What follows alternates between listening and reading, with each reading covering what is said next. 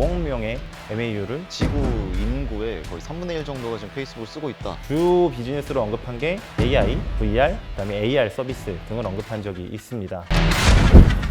안녕하세요. 전 세계 우량 기업을 소개해드리는 글로벌 슈퍼스탁 MC 김교준입니다. 안녕하세요. 미래에셋대우 박광남 선임 매니저입니다. 네, 반갑습니다. 오늘 알아볼 기업 어떤 기업입니까? 어플리케이션과 웹을 통해서 가족, 친구, 동료들과 전 세계에서 소통할 수 있는 환경을 마련해주는 세계 최대의 소셜 네트워크 서비스 회사입니다. 세계 최대의 소셜 네트워크 회사다 하면 페이스북이겠군요. 예, 맞습니다. 페이스북은 2004년 창업주인 마크 주크버그가 개설을 했으며 만 13세 이상이면 누구나 회원가입을 하고 친구 맺기를 통해서 웹상에서 타임라인과 뉴스피드, 메시지 등을 공유하는 서비스를 제공하는 회사입니다. 인스타그램도 페이스북의 자회사라고 알고 있는데 다른 서비스들이 있을까요? 페이스북 자회사는 인스타그램뿐만 아니라 페이스북 메신저, 왓츠앱, 그다음에 오큘러스라고 하는 여러 종류의 자회사를 보유하고 있습니다. 생각보다 더 많은 회사들을 거느리고 있는데요. 오늘은 페이스북에 대해서 알아보는 시간 가져보도록 하겠습니다.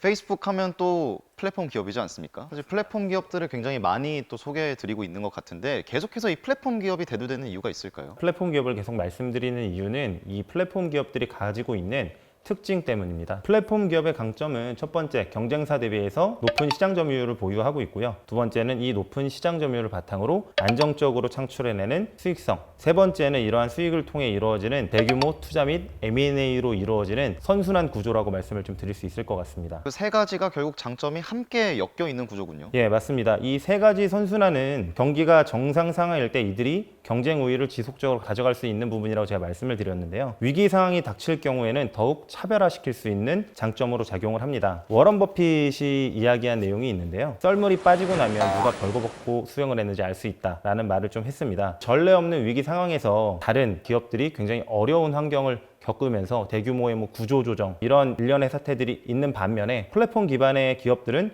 주가 추세나 실적 등에서 차별화된 모습을 보여주면서 위기를 기회로 만들어가고 있는 것을 저희가 눈으로 직접 확인할 수가 있습니다. 위기 상황일 때 오히려 더 위치를 공고히 함으로써 또 빛을 볼 수 있는 거군요. 예, 맞습니다. 이런 위기 상황에서 적극적인 투자와 기회를 잡아서 정상 상황이 됐을 때 한 단계 더 뛰어넘을 수 있는 환경을 만든다고 보시면 될 것 같습니다.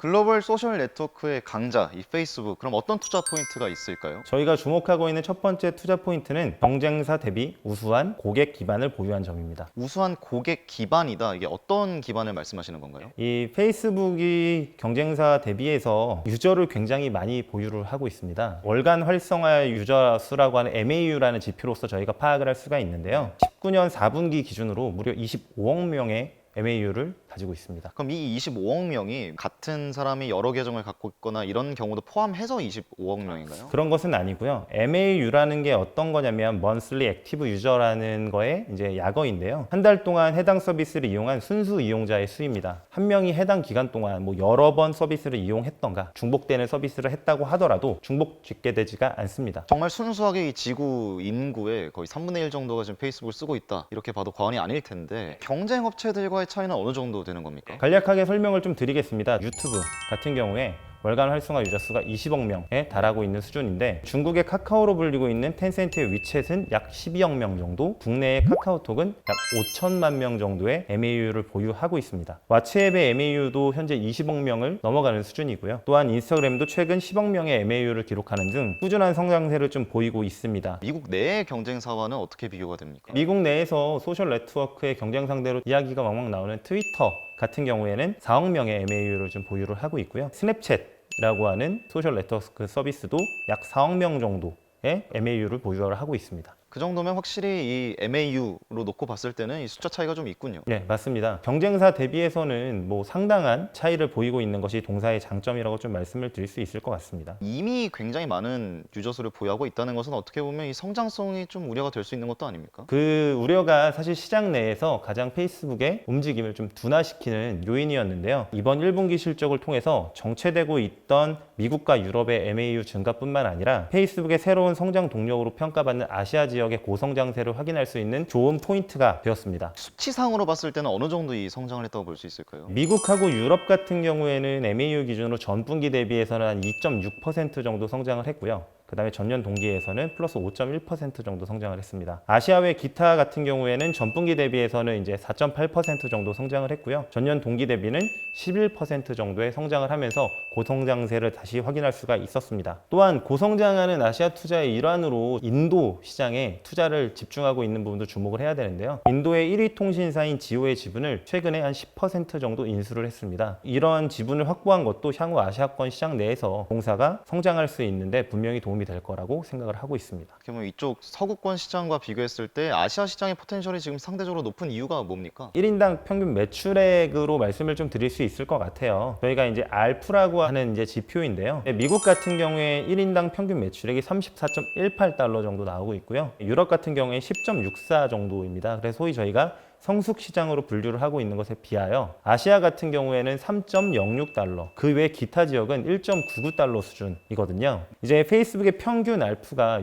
6.95달러인데 그럼 아시아권과 그 외 기타 지역이 평균 수준까지만 성장을 한다고 하더라도 이익 성장의 업사이드가 굉장히 많이 남아있다라는 말씀을 좀 드릴 수 있을 것 같습니다. 이 수치상으로도 많은 이 가입자 수와 또 이 활동률을 보여주고 있는 이 페이스북, 최근에 또 개인정보 유출 사태 등 다양한 좀 데이터 관련 이슈들이 있지 않았습니까? 관련된 이슈 때문에 이제 시장에서 동사가 이제 신뢰를 좀 잃었던 부분도 있고요. 성장성에 대한 둔화도 맞았고 보안 투자를 지속적으로 늘리면서 비용에 대한 우려까지도 있었습니다. 그래서 다른 플랫폼 기업 대비해서 소외를 받은 부분이 분명히 존재를 하거든요. 근데 이런 부분을 타개하기 위한 새로운 전략을 진행을 하고 있는 상황입니다. 지금 말씀 이제 해주실 이 타겟책, 이게 또 투자 포인트가 될 수 있겠군요. 예, 맞습니다. 이게 두 번째 투자 포인트인데요. 단순한 SNS 기능만을 제공하는 것이 아니라 슈퍼 앱으로서의 전환되는 부분에 주목을 해야 된다라고 말씀을 좀 드리고 싶습니다. 이 슈퍼 앱이다. 일단 이름에서 뭔가 좀 유출할 수 있을 것 같은데 어떤 식으로 정확하게 변신하고 있습니까? 월간 활성화 유저 수가 굉장히 많다라는 부분을 좀 말씀을 드렸어요. 그 부분을 활용을 해서 페이스북이나 인스타그램, 왓츠앱 등등의 새로운 서비스를 붙이고 그 새로운 서비스를 통한 수익화 전략을 지속적으로 좀 끌고 나가고 있는 상황입니다.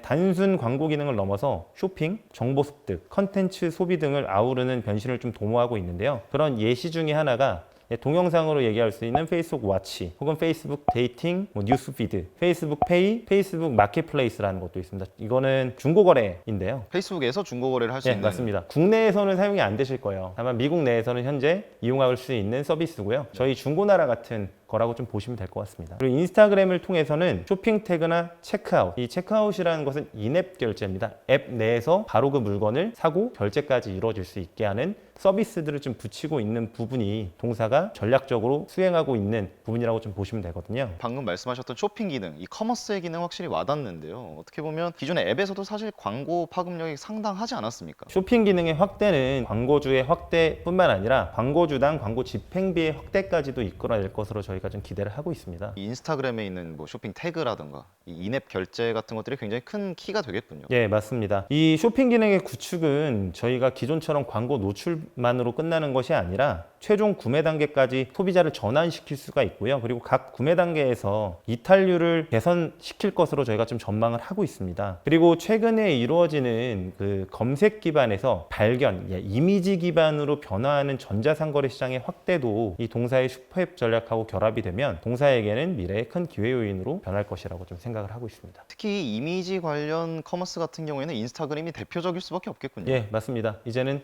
직접 사진을 보고 마음에 들면 그 자리에서 결제하는 형태의 전자상거래의 전환이 저희가 기대하는 바입니다. 페이스북이 지금 현재 변모하고 있는 과정을 말씀을 해주셨는데 페이스북이 또 미래 계획을 굉장히 열심히 하고 있지 않습니까? 그 부분에서의 투자 포인트 어떤 게 있을까요? 페이스북의 마크 주크버그는 10주년 계획을 밝힌 적이 있습니다. 주 비즈니스로 언급한 게 AI, VR, 그다음에 AR 서비스 등을 언급한 적이 있습니다. 차분하게 미래 비즈니스를 준비하고 있는 점을 저희는 좀 주목해야 된다고 생각합니다. 그럼 여기서 페이스북이 바라보고 있는 미래 비즈니스란 좀 콘텐츠를 소비하는 방식이 변화할 거다 이런 키겠군요. 텍스트에서 시각적 콘텐츠와 사진, 그리고 그리고 동영상으로의 변화가 지금까지의 트렌드였다라고 말씀을 드릴 수 있으면 미래에는 VR과 AR 등 몰입형 3D 콘텐츠로 확장될 것을 좀 전망을 하고 있는데요. 그러면 어떤 식으로 지금 구체적으로 노력을 하고 있습니까? 자회사 중 하나라고 말씀드렸던 오큘러스라는 회사를 2014년에 인수를 했습니다. 그래서 지금 VR 하드웨어 분야에 대한 투자뿐만 아니라 VR 대중화및 생태계 구축을 위한 소프트웨어 투자도 지속적으로 하고 있습니다. 오큘러스 사실 많이 들어보셨겠지만 이렇게 쓰는 예, 맞습니다. 안경 형태로 해서 쓰고 VR 게임 같은 것을 즐길 수 있는 하드웨어 기기라고 좀 보시면 될 것 같습니다. 또한 사용자 수가 워낙 많기 때문에 그걸 바탕으로 또 결제하는 비즈니스가 또 생긴다고 들었는데요. 많은 분들이 들어보셨을 거예요. 이제 26명의 활성 유저를 활용해서 리브라라고 하는 이제 가상화폐 비즈니스에 대해서 계획을 밝힌 적이 좀 있었는데요. 각국의 규제 등으로 인해서 사업 방향이 아직까지는 좀 불투명한 점을 한번 언급드릴 수는 있을 것 같고요. 다만 중국의 디지털 화폐 발행 움직임이라든지 최근에 미국 연준 의사도 디지털 화폐 관련 발언을 하면서 암호화폐 시장에 대한 미래가 어느 정도 저희가 좀 예상해 볼 수 있는 상황이 좀 됐었거든요. 그래서 이런 규제 부분이 좀 완화가 된다고 했을 때 공사의 성장 포인트로서 저희가 바라볼 수 있을 것 같습니다. 또 이 화폐 하면 사실 이 사람들이 많이 써야 또 의미가 있지 않습니까? 그런 점에서 말씀해 주신 이 사용자 수 이게 굉장히 중요한 요소가 될 수 있겠군요. 저희도 이런 26억 명의 유저 수를 가지고 있는 페이스북이 본격적으로 결제 시장에 뛰어든다면 그 파급력은 어마어마할 것으로 좀 전망하고 있습니다.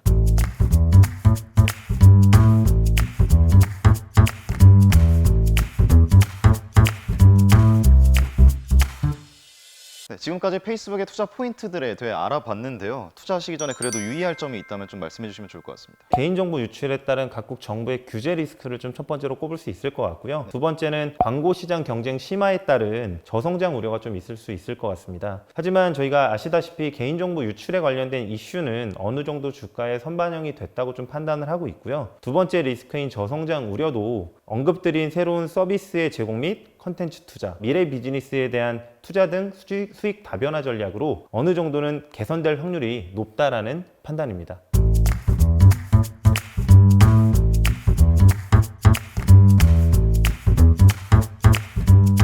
최근 1분기 실적 내용을 좀 말씀을 드리면 매출액은 177억 달러, 전년 대비해서 한 18% 정도 성장을 했고요. 영업이익은 59억 달러로 전년 대비해서 한 7% 정도 역성장을 했습니다. 시장에서 극심한 우려가 있었거든요. 실적이 안 좋게 나올 거라는. 그것뿐만 아니라 영업이익 컨센서스인 58억 달러로 상회하는 호실적을 달성을 했고요. 그리고 말씀드린 것처럼 유저 수가 늘어난 부분을 시장에서는 좀 더 좋은 실적이라고 좀 판단을 하고 있습니다. 다만 코로나19 영향이 4월에 극대화될 것으로 좀 전망이 되는 만큼 2분기 실적은 소폭 좀 부진할 수 있다는 예상들도 좀 있는데요. 중장기적으로는 코로나19 사태로 인해서 광고 ROI라고 하는 부분에 대해서 관심이 이어질 것 같습니다. 흔치 않은 단어를 말씀해 주셨는데 ROI 이것은 어떤 지표입니까? ROI라는 것은 리턴 온 인베스트먼트라고 해서 투자 금액 대비 이익이라는 부분인데요. 코로나 사태 때문에 광고를 선별적으로 집행을 해야 되는 상황이지 않겠습니까? 경기가 어렵다 보니까 아무데나 쓰던 만큼 계속 쓸 수는 없죠. 예, 맞습니다. 그런 절약을 할 때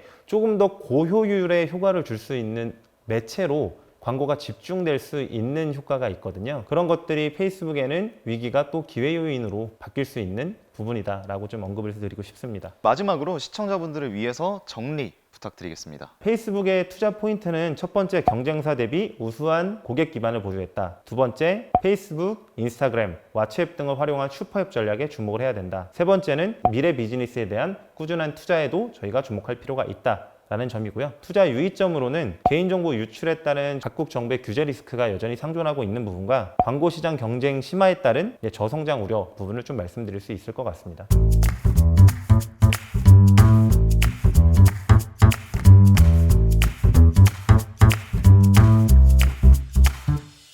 전 세계 우량 기업들에 대해 알아보는 글로벌 슈퍼스탁, 오늘은 페이스북에 대해 알아봤습니다. 유익한 정보 놓치지 않기 위해 구독과 좋아요, 알림 설정 놓치지 마시고요. 저희는 다음 영상에서 뵙겠습니다. 고맙습니다.